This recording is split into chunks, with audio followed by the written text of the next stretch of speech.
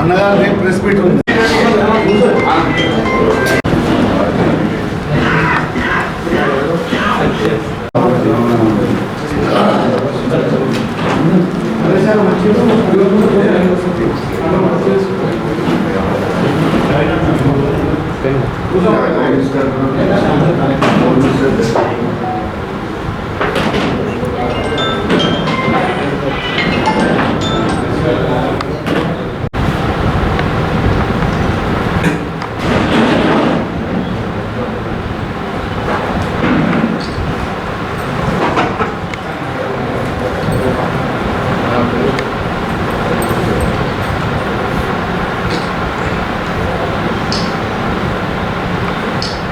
మిత్రులకు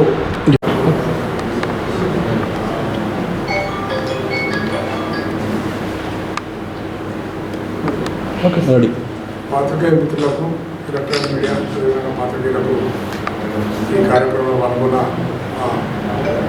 మాజీ చైర్పర్సన్ రోజు చూస్తున్న చరిత్రను చూస్తుంటే ఏడవాళ్ళ నవ్వాళ్ళ ఇది ఒక ప్రభుత్వమా, ఈ మనుషులు ఉన్న మంత్రులు ఒక మంత్రుల అని చెప్పే విధంగా ఇలా పుట్ట సూరయ్య గారు అన్ని పార్టీలు మార్చి రాజశేఖర రెడ్డి గారు ఉండగా రాజశేఖర కాంగ్రెస్ అధికారంలో టీఆర్ఎస్ రాగానే టీఆర్ఎస్లో మంత్రిగా అనుభవించి ఆయన తండ్రి వయసు ఉన్నంత ఒక పెద్ద మనిషిని పట్టుకొని కేసీఆర్ ఉండడా గుండె వేసుకు చంపిండా కేటీఆర్ అని చెప్పే దురదృష్టమైన మాట. అదే మాటతో ఒక మహిళను కించపరిచే విధంగా కేటీఆర్ మీద ఒక అభియోగం మోపి ఒక మహిళ అయి ఉండి కూడా, ఎందుకంటే ఇవన్నీ మీకు అలవాట్లు కనుక మీకు జ్ఞాపకం వస్తున్నాయి. మీరు చేసే పనులన్నీ తప్పుడు పనులు చేసిన కనుక మీకు జ్ఞాపకం వచ్చేటువంటి మాటలు మాట్లాడుతున్నాయి. ఇప్పటికైనా తెలుగుతో ఒక మంత్రి హోదా ఉంది, ఒక మహిళ అయి ఉండి ఒక మహిళను కించపరిచే విధంగా మాట్లాడు. అదే నీకు ఒకనాడు మంత్రివర్గంలో స్థానం ఇచ్చి ఒక బిడ్డగా చూసుకున్న ఒక తల్లి లాంటి కేసీఆర్ను నోటుకు వచ్చిన మాటలు మాట్లాడు. ఆయన బొండ వేసి చంపిండ చుక్కేటీఆర్ అంత దుర్మార్గం కాదు, ఎటువంటి దుర్మార్గం కాదు, దొంగలం కాదు. ఏ కాన్షియన్స్ లెవెల్ పోతే ఎవరు భయపడతారో నాయకులను చూసానంటే నీ కాన్షియన్స్ కొత్త చెప్తారు ప్రజలకు.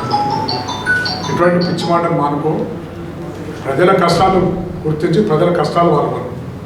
ఇవాళ దాదాపు 5 నుంచి 6,000 మంది మీరు కూడా పాత్రికేయ సోదరులు కూడా చూసినచ్చు. రైతాంగం అంతా కూడా అందరినీ ఇక్కడ కట్టడి చేసి, కొంతమంది పోలీసులు కట్టడి చేసి ఇంకా చాలామంది వచ్చేటప్పుడు పోలీసు సిద్ధమైపోయే వాళ్ళు. ఏ పార్టీలో ఖచ్చితంగా ఏ పార్టీ కూడా మేము ప్రోత్సహించలేదు, ఎవరు ప్రోత్సహించుకున్నా వాళ్ళ కడుపు మంటతో రుణమాఫీ లేదు, రైతు బంధు లేదు, వర్షాకాలం సీజన్ అయిపోయింది, ఇప్పటికి కూడా ఏది లేదన్న ఉద్దేశంతో రైతులందరూ ధర్నా చేస్తున్నారు. విష జ్వరాలతో మొత్తం జిల్లా అంతా కూడా, పాత జిల్లా అంతా కూడా వణికిపోతున్నది, తెలంగాణనే వణికిపోతున్నది. అటువంటి పరిస్థితుల్లో పట్టించుకున్న నాతో లేడు. ఏమున్నా మీ బొబ్బాలు గడుపుకోడు కానీ ఇలా కొరకలో ఏదో పెద్ద ప్రోగ్రాం అది. దానికోసం నచ్చిన మంత్రులంతా వచ్చారు. వచ్చేటప్పుడు పోయేటప్పుడు ఒక హాస్పిటల్లో ఏమున్నది ఏం కథ అని చెప్పి కొరట్లలో, మెట్పల్లిలో, జగిత్యాలు ఇట్లా మీరు కనుక ఒక హాస్పిటల్కి పోయి విషజ్వరాల మీద ఏమన్నా డాక్టర్తో మాట్లాడేదా? అది లేదు. ఒక్కనాడు కూడా మెడికల్గా రివ్యూ చేసిన పాపాన పోలేదు ఇప్పటికి కూడా. ఇటువంటి దుర్మార్గమైన ప్రభుత్వం నడుస్తున్నది, ప్రజలు గ్రహిస్తున్నారు. దాని కూడా ప్రజలు ఇప్పటికే 9 నెలల లోపట్టే అలా చూసి సహించలేకపోతున్నాం, జీర్ణించుకోలేకపోతున్నాం. మేము అయ్యో ఎంత తప్పు చేస్తున్న ప్రయత్నం చేస్తున్నాం. ఇవన్నీ మలపడానికి కోసం హైడ్రా పేరు మీద అక్కడ మూసి ప్రాచారణ ఇన్నేళ్ళు అనేది ఎప్పుడో నైజాం కాలంలో ఉన్నప్పటి మూసి ఇప్పుడు ప్రాక్షాళన చేసి దాంట్లో చేసేదే ఉన్నది. నీ దగ్గర డబ్బులు ఎక్కడి? ఈ రుణమాఫీ చేయడానికి కోసం ఇవాళ రైతులకు రైతు బంధు ఇస్తాను, దగ్గర పైసలు లేవు. ఇలా చేస్తా అని చెప్పి ఏదో షోకు డబ్బులు చేసుకుంటా, కమిషన్కు పడుకుంటా ఇటువంటి పిచ్చి ఆలోచనతో ప్రభుత్వం నడుస్తున్నది. ఏ మంత్రికి ఆ మంత్రి నాయకుడు, ఏ మంత్రికి ఆ మంత్రి ముఖ్యమంత్రి. ముఖ్యమంత్రికి ఎక్కడ కూడా అజమాయిష్ లేదు ఇవాళ మీద. ఈయన నోటికి వచ్చిన ఈయన మాట్లాడుతున్నాడు, ఆయన నోటికి వచ్చినప్పుడు. నిన్ననే తుమ్మల నాగేశ్వరరావు గారు చెప్పారు, వ్యవసాయ శాఖ మంత్రి, ఇంకా 20 లక్షల మందికి మేము ఇంకా రుణమాఫీ చేసేస్తున్నారు. నేను రుణమాఫీ చేసిన అని చెప్పి మీరు రుణమాఫీ అయిపోయింది, 2 లక్షల రుణమాఫీ ఏకకాలంగా చేసినామని చెప్పి పెద్ద ఎత్తున ఫ్లెక్సీలు కట్టుకొని పాలాభిషేకాలు చేయించుకున్నారు మీ నాయకులతో. సిగ్గుచేటు నిజంగా చెప్పాలంటే సిగ్గుచేటు మీరు చేసే పనులు. ఏ ప్రభుత్వం కూడా అంటే మేము కూడా 70 సంవత్సరాలు వచ్చిందని ఎన్నో ప్రభుత్వాలు ఎంతోమంది ముఖ్యమంత్రులు అంటే రాజకీయం లేకుండా బయట ఉన్న ఒక విద్యార్థి నాయకుల నుంచి ఒక తెలంగాణ ఉద్యోగులు వార్తలు అప్పటి చూసుకుంటూ వచ్చిన, కానీ ఇటువంటి దుర్మార్గమైన పాలన ఎక్కడ కూడా లేదు. రోడ్డుకి వచ్చిన మాటలు మాట్లాడు, ముఖ్యమంత్రి హోదాలో ఆయన స్టాండర్డ్ ఆయన కాపాడుకోవాలి, ఒక ఒక మంత్రుల స్థానంలో వాళ్ళ హోదా వాళ్ళు కాపాడుకోవాలి, కానీ నోటికి వచ్చిన మాటలు మాట్లాడిపించడానికి ఇప్పటికైనా గ్రహించండి. 9 నెలల కాలం గడిచిపోయింది, 10 నెలలు అయిపోతున్నది. ఇప్పటికైనా ప్రజలను పట్టించుకొని, ప్రజల సమస్యలను పట్టించుకొని, కానీ హైదరాబాద్ పేరు మీద బంగాళ కూడగొట్టగానే పెద్దోళ్ళు అయిపోతుంది, దాని మీద పేదోళ్ళందరూ నాకు ఓట్లు వేస్తుంటే పేదలు మనవారు వస్తున్నారు. ఏ వీడియో తీసినా కానీ వాళ్ళు మనవారు వస్తున్నారు, ఏడుస్తున్నారు, వాళ్ళు కలకల జరుగుతుందని చెప్పి శాపిస్తున్నారు. అంతకంటే ఇంకేం కావాలి? అటువంటిది లేకుండా ఇటువంటి ఈ లండు మాటలు చిన్న లఫంగ మాటలు బంద్ చేసి ప్రభుత్వం ఇప్పటికైనా దృష్టి ప్రజల మీద అభివృద్ధి మీద అభివృద్ధి. పిడికాడ మనపోయే వర్షాలు పడి మన ఎంతో పెద్ద భారీ వర్షాలకు రోడ్లన్నీ సర్వనాశనం అయిపోయిన గ్రామాలలో కానీ ఇలా పట్టణాలలో కానీ అయినాయి. ఒక్క 10 రూపాయల బిల్ల లేదు, ఇవరకు ఫండ్స్ లేవు. ఇవాళ ఏది లేకుండా చేయకుండా ఇవన్నీ ఏదో డ్రామాలు ఆడుతున్నారు కనుక ప్రజలు పెద్ద మనసుతో చూస్తున్నారు, ప్రజలు గ్రహిస్తున్నారు. ఎందుకంటే టైం కావాలని చూస్తున్నారు. టైం లేదు, ఇలా కేసీఆర్ మాట్లాడతలేడు, కేసీఆర్ లేదు. కేసీఆర్తో నీకెందుకే? కేసీఆర్ ఏం చేయాలో, ఏ కార్యక్రమం చేయాలో, ఎట్లా చేయాలనేది ఆలోచిస్తూ ఉంటాడు. అంతేగాని కేసీఆర్ బుడలు ఇష్టపోయినాను ఒకడు అంటాడు, కేసీఆర్ నోరిపుతాను అంటాడు, పిచ్చోడు అంటాడు, కేసీఆర్ ఉన్నప్పుడే మంచిగుండాలని అంటాడు, మళ్ళీ అప్పుడే కేసీఆర్ తింటాడు. ఇటువంటి పిచ్చి మాటలు నాయకత్వం ఎప్పుడు చూడలేదు.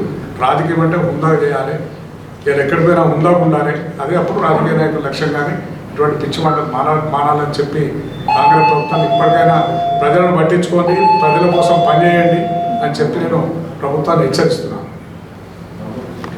తుల బంగారం ఇస్తా అని చెప్పేసి ఆ వాల్ పెయింట్స్ రాస్తే అది అబద్ధం అని చెప్పేసినట్టు గెలిచినటువంటి ఇక్కడ ఉన్నటువంటి మరి మారిన ఎమ్మెల్యే గారు మరి తులం బంగారం మరి ఇచ్చిన అసలు మాకైతే కళ్యాణ లక్ష్మి తులం బంగారం ఇవ్వకపోతే ఇవాళ రైతులు రుణమాఫీ లేకపోయే, రైతు బంధు లేకపోయే, ఒక పైసా కూడా పెట్టుబడి సాయం అందించలేదు.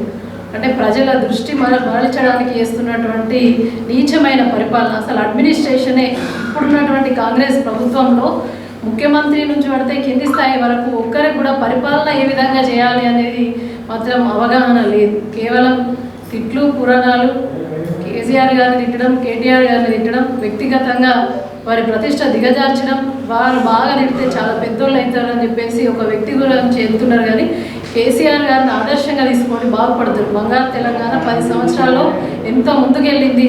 ఒకసారి వారిని ఆదర్శంగా తీసుకొని ఒక వ్యవస్థ బాగుపడడానికి మీరు 9 మాసాలు అయింది, ఎక్కడ కూడా మరి పాలన మెరుగుపడలేదు. ప్రజా పాలన అని చెప్పేసి వచ్చారు, ఎక్కడ కూడా పరిపాలన కానీ 6 గ్యారెంటీలు ఒక్కటి కూడా అమలు కాలేదు.